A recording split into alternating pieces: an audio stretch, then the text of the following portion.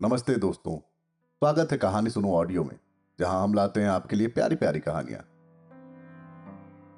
अगर आपको ये मजेदार कहानियां पसंद आए तो लाइक, सब्सक्राइब और शेयर करना ना भूलें, ताकि मैं और भी अनोखी कहानियां आपके लिए ला सकूं। आज की कहानी है एक सुनहरे हंस की। बहुत पुराने दिनों की बात है। एक झील में एक हंस रहता था। वह कोई आम हंस नहीं था, वह विशेष था।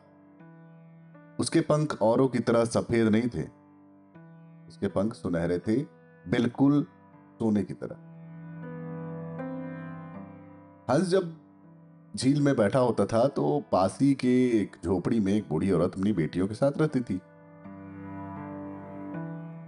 हंस ये देखता रहता था कि बहुत ज्यादा मेहनत करने के बाद भी वे गरीब ही रहे हैं। तो स्वभाव से हंस बहुत ही अच्छा था।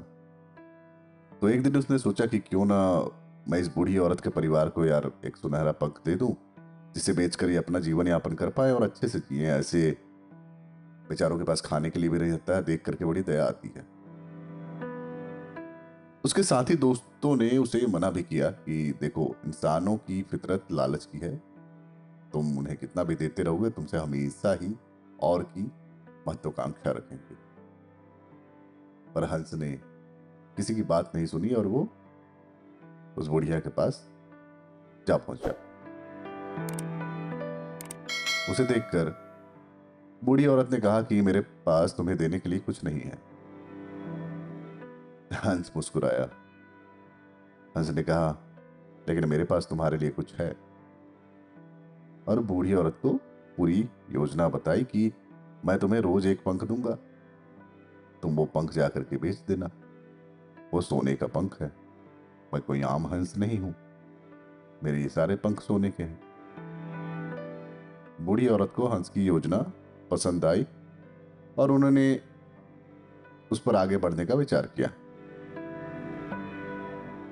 अगले दिन बुढ़िया और उसकी बेटियां सोने का पंख बेचने के लिए बाजार गईं और उस दिन वे हाथ में पर्याप्त धन लेकर खुश होकर के वापस आए। हंस दिन ब दिन बुढ़िया और उसकी बेटियों की मदद करता रहता। बेटियां भी हंस के साथ खेलना पसंद करती थीं और बरसात और ठंड के दिनों में उसकी देखभाल करती थीं। जैसे जैसे समय बीतता गया, बूढ़ी औरत और भी लालची होती गई। एक दिन उसने अपनी बेटियों से कहा, सुनो, हमें अधिक पंख चाहिए, इसलिए कल जब हंस आए ना, तो उसे पकड़ के उसके सारे पंख नोच ले। मैं फुसफुसा करके ये बात अपनी बेटियों से कही। इस बात को सुनने पर उसकी बेटियों ने इस योजना में उसकी मदद करने से इनकार कर दिया। पर बुढ़िया पीछे नहीं हटी। अगले दिन बुढ़िया ने हंस के आने का इंतजार किया और जैसे ही वो आया, उसने उसके अगले हिस्से को पकड़ लिया और पंखों को तोड़ना शुरू कर दिया। जैसे ही उसने उन्हें तोड़ा, पंख सफेद हो गए। यह देखकर बुढ़िया रो पड़ी और हंस को जाने दिया। जाते जाते हंस ने कहा कि बुढ़िया, तुम लालची हो गई थी। मेरे दोस्तों ने सही बोला था कि मनुष्य की महत्वाकांक्षाओं का, उसकी लालच का कोई अंत नहीं है। मैं तुम्हें खुशी खुशी अपने पंख देता था ताकि तुम्हारा जीवन यापन आसानी से हो, पर तुमने मेरी इच्छा के बिना इन्हें तोड़ना चाहा, इसलिए पंख सफेद हो गए, किसी काम के नहीं। इतना कहकर गुस्से में वह हंस वहां से उड़ गया और फिर कभी दिखाई नहीं पड़ा। तो दोस्तों, इस कहानी से हमें यह सीख मिलती है कि अत्यधिक लोभ से ना बहुत हानि होती है। हमें कुदरती रूप से जो मिलता है, हमें जो आपस में प्रेम करके, स्नेह करके मिला हुआ है, उसमें संतुष्ट रहना सीखना चाहिए और मेहनत करके अधिक संसाधन जुटाने के प्रयास करने चाहिए। इस तरह फ्री लोडर नहीं बनना चाहिए। मुफ्त में आई चीजों को लेने की आदत नहीं होनी चाहिए। तो समझ रहे हैं आप, रेवड़ियां जो होती है ना, सरकारी रेवड़ियां, उससे बच के रहना चाहिए।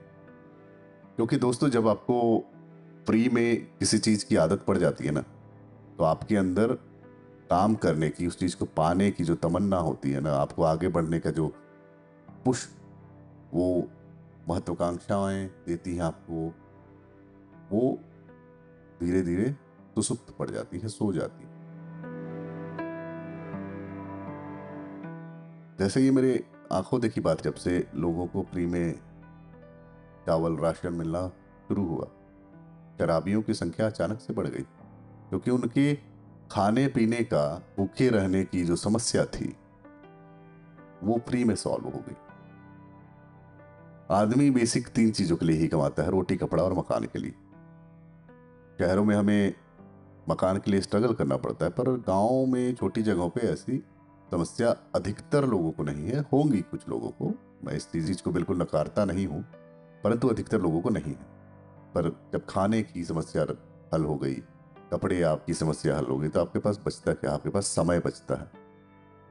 और समय फिर प्रोडक्टिव चीजों में नहीं लगता है। जब आपके पास खाली समय बहुत रहता है ना, तो आप उसको फालतू की चीजों में लगाते हैं।